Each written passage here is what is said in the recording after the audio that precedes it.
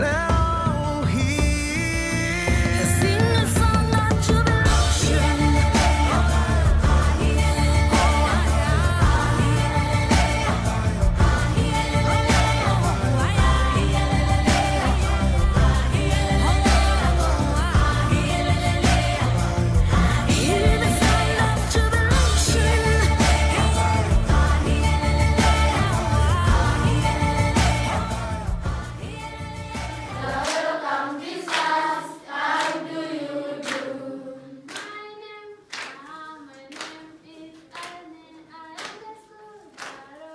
By that time, 1988, there was only one government university. Senior 5 to first degree was free. We have overstayed in the education that mainly focuses on creating job seekers. Our education is not entirely bad, by the way. And the global education, the crisis of education is global. It's not only in Uganda. The trend has changed, okay? Maybe the numbers have increased in terms of primary schools, in terms of secondary schools, in terms of post-secondary and now higher educational institutions. I want to see a country where every child of this country has an opportunity to access an education. I want to see a curriculum that addresses the needs of Uganda as a country.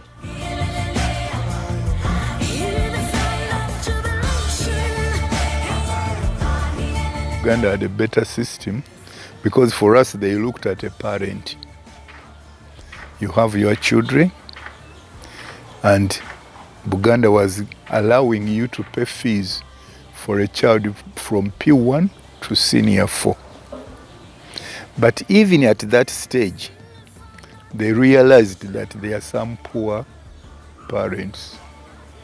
So they provided bursaries. And unfortunately, even those bursaries were given to non-Baganda. Because when we talk this, I remember I was in Rubiri, sitting with a friend of mine called Ngola, who is a Langi. He had a better bursary from Mengo than me in Uganda. Even the late Semajogo told us how he was educated. But from senior 5 to first degree was completely free. You don't pay anything, you only need to pass.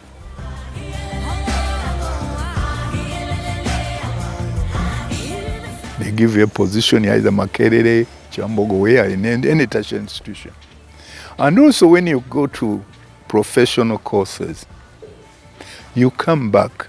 That's why we want to federal. When you come back and you were an engineer or civil, whatever, we ask you, you have gone to school now, you have your degree. How are you going to use it? And you say, I need an office, I need this, I need this. Then how many people you employ? Beginning, first year, I will be need 3, 4 people. Then I grow. They give you the money, you start it. When you were in the tertiary institutions like Chambogo, Masaka, you come out, I'm a plumber. With a tool, you don't qualify to come and say, I'm a plumber here, I have no job. The tools were given. If you are electricians, you were given the tools. Do you compare it with it today? Abamwa industrial area carpenters January wabadde million 10 n'abakawempe kiyindiro ba million 5 musako yabwe babenga bewolokola ebintu. In 1996, it was a political offer that was given that 4 children per household could access education for free. But then later there was a lot of interest and it was not sustainable to just allow only 4 children. It was opened for everyone, for every child, school-going child from 6 years onwards to join school. And in 1997, I mean, before 1997, we had less than 3 million children in school. And when the doors were opened, millions of children actually enrolled in primary school. And I think that was to be celebrated, not only in Uganda, but across East Africa. It was really to be celebrated that Now you have children actually accessing primary education for free. But that had also implications on the provision of quality education. I'm proud of my school. My school is big. We have enough compounds of football. In terms of quantity of the education facilities in Uganda, the number of schools, primary schools, the number of secondary schools, the number of universities, there is an upward trend. Okay? Yeah, obviously enrollment.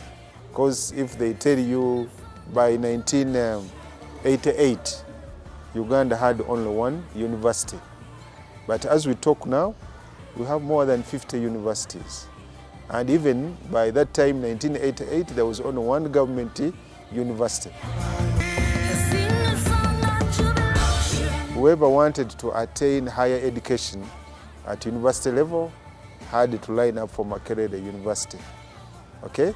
So that shows that maybe by 1988, when you go back, independence time, before independence, only one university.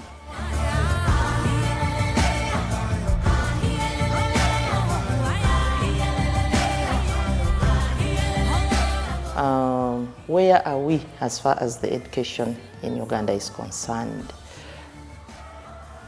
We are not very good and we are not very bad.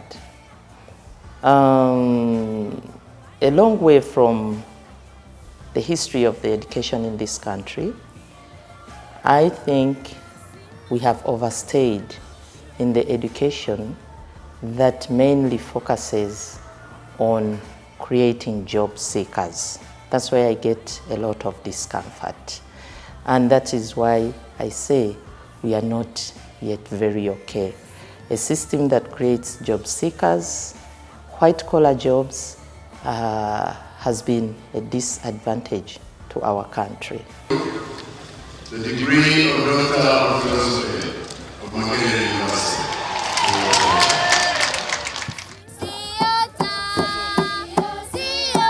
We have high numbers of children enrolled in school. That's a major win. That's really, really a major win with the coming of public education. UP and USE. At least children have been enrolled in mass numbers like it has never happened before. But then also it is, maybe it's not something so unique because, well, what would we be doing if our children were not studying? It's not something like is exceptional, but it's something to be proud of. We have schools which have been developed. Although we still have challenges of children studying maybe under trees, we have most schools have structures. That's really a plus. I cannot speak so much into that, but I know we have made some gains. However, we still have a long way to go to better our education. Now that our children are in school, can we better what they are learning? Can we be able to skill them from the time they are young?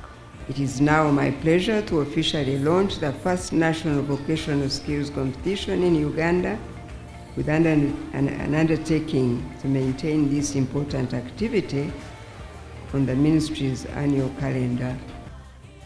We have realized that we have to revise our curriculum, make it more practical.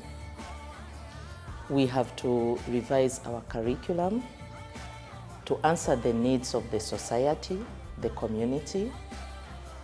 We have to revise our curriculum to reduce on the irrelevant concepts or aspects that talk so much about other countries than looking at our own areas.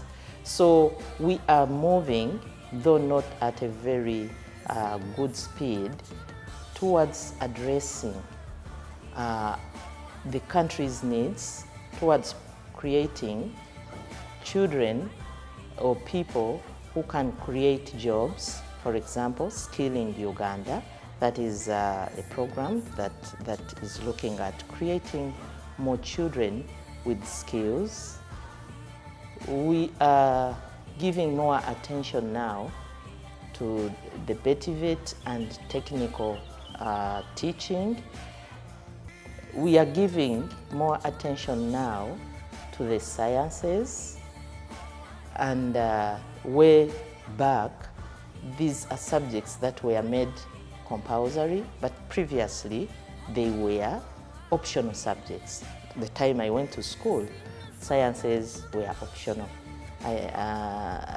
But these days, the system changed, and at all level, ordinary level, the sciences became compulsory.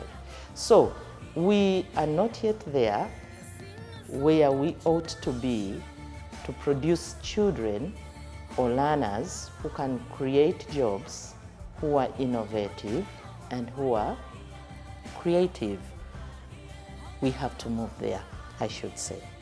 The training of our hands, therefore, is a fundamental factor that will bring the true self-realization that any nation needs to reach the summit of the mountain. The education managers are coming up with some kind of mitigation factors.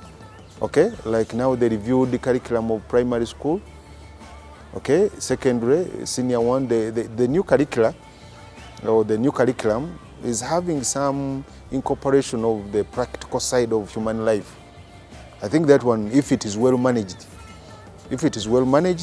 and people get committed to that, it may change probably.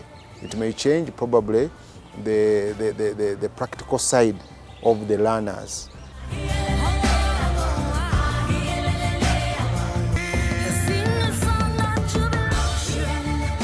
All schools and institutions of higher learning to close for 42 days.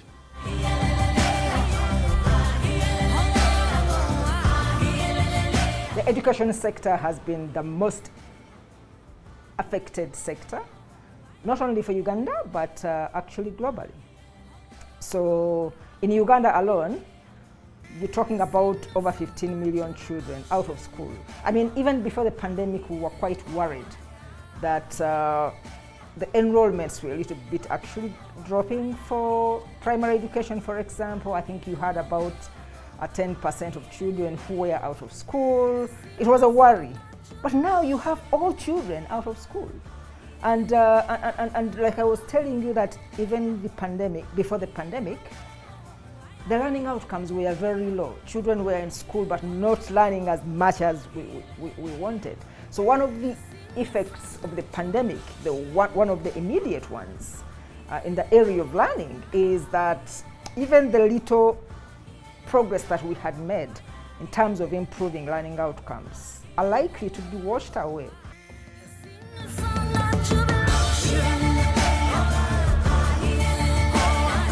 But we also have now another crisis of the progression. I mean, kids have been static for 2 years. I mean, right now you find a child and ask them in which class they are, they actually get stuck because they also don't know. In 2020, they were in P3. You're asking them in 2021, they're in P3.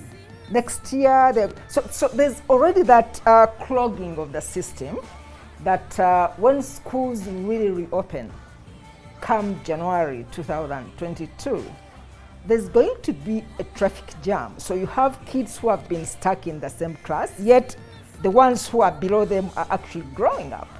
So how do you even manage to ensure that you remove that clog, but also ensuring that you don't just promote children just because schools have been closed for 3 years. When schools reopen, you're saying if you are in P3, progress to primary 4. There's a bit of teaching and learning that is needed. You need to compress the curriculum so that they learn some basics before they progress. So how you are going to manage this in a situation where you also have to comply with the standard operating procedures is a little bit, I think nobody has the magic bullet to tell you how this is going to be addressed. But we know that it's a crisis, and I think this is something that we need to start planning for. Like yesterday, we needed to start planning for it since last year on how we are going to address this crisis. I mean, the other cases we've been reading in the media of the girls who are getting pregnant. You have cases of young boys who have joined the world of work. So the issue of dropouts is actually going to be extremely high. One other worry is even when schools reopen, shall we have a sufficient number of schools and teachers?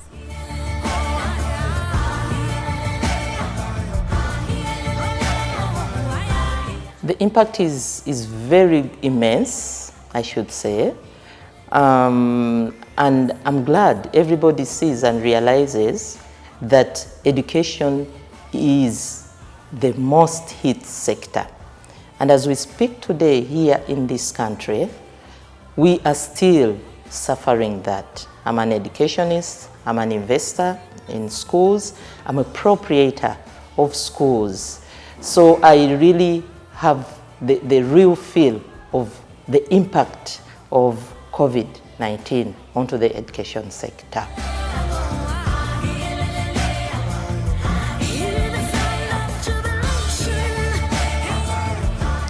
When we talk about education, we are not only looking at schools, the teachers, and the children.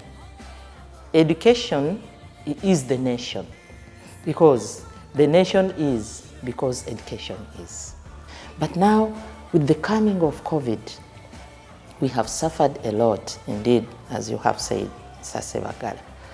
We have suffered a lot. The schools closed down, the students are not learning, the teachers or the workers in the schools are not working, and by the way, even other sectors of the economy are in one way or another affected, up to the level of the national income.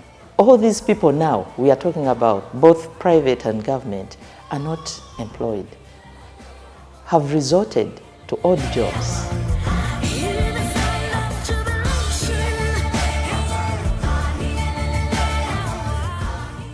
Because me personally, I was teaching lower primary.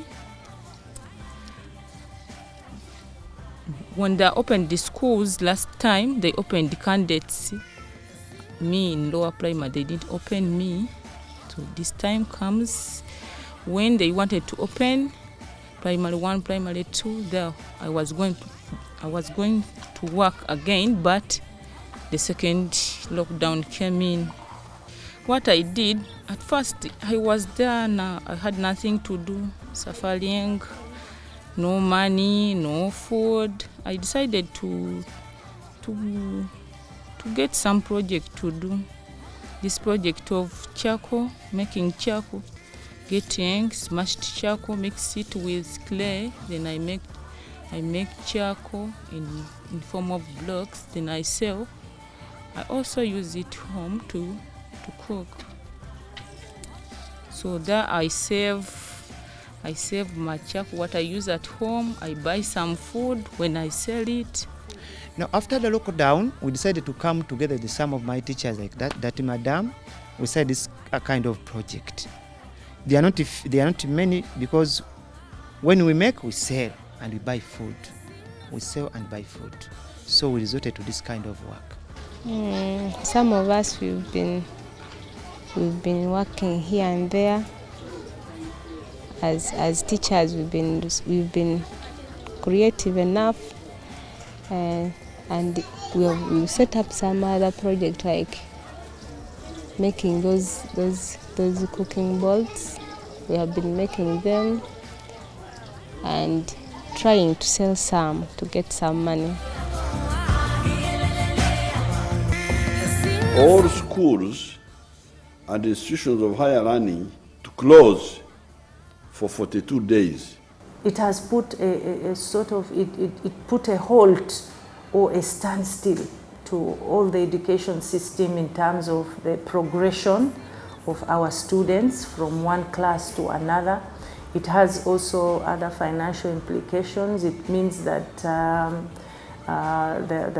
the students are not progressing, therefore they are stuck. You are stuck in one semester. When you look at the girl child or the boy child, their effects have been what? Different. For the boy child, maybe by primary 1 was to be in school. But by this age now, he's busy in markets, moving around, selling pineapples, selling whatever merchandise on the street. The girls becoming pregnant at that early stage. Even they don't know how it came about, okay? And all this kind of information was so much shared in school. The parents, as you know, the Africans, sometimes the parents don't even want to talk about that kind of affair. The impact now, the owners of schools, if you can look at that category also, they cannot sustain the establishments they have put up because their sustainability was coming from fees. And you hear that they have been getting loans from banks, and the loans are growing on a daily basis. The interest is there. So they are giving up.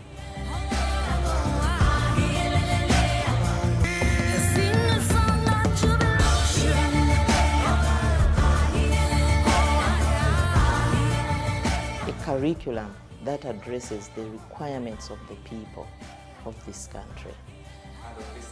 And of this time. So I want to see an education system that matches with what we need, okay? I want to see a Uganda that, an education system that produces children who have values, who are mindful about the way they are growing, the future, and the country.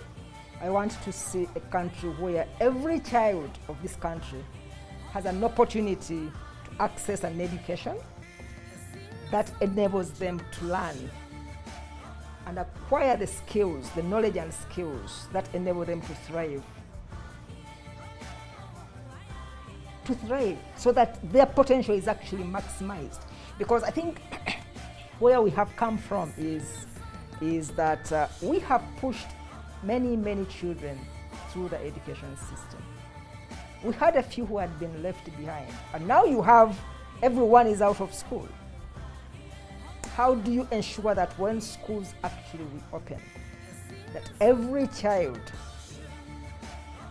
gets an opportunity to access an education system where they actually learn, starting from the basics, with the basics, where they learn, acquire skill, and they're able to thrive and contribute to the well-being of their families, the communities, and the country at large.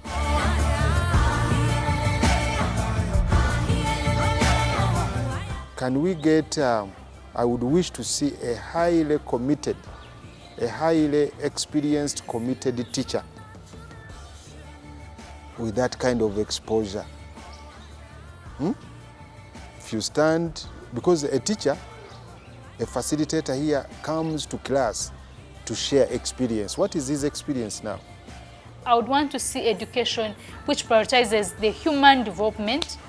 I would also want to see education which really sees Uganda as Uganda and sees what skills do Ugandans need. Skills in vocational, we need vocational. We need skills in agriculture. I've burnt my fingers in agriculture twice, but I'm not giving up because it is the truth for Uganda. But what kind of skilling do we have in agriculture, you know? So I would want to see Uganda that knows that we have wildlife and we can get our children to be innovative in that space, give children opportunity to create. I need Uganda that really prioritizes the new O-level curriculum. It's a huge win for education, but if implementation fails like most things fail, we are going to lose, yet we'll be gaining. We must be able to create those environments that will allow for learning to take place outside the four walls of a classroom. We need to train and to prepare the learners to become initiators of their own learning. You see, our system, the systems we have now, is we keep pushing the learners. Go to class attend class, go to prep, do ABCD, okay, in that physical setting. But now we must focus on the learners.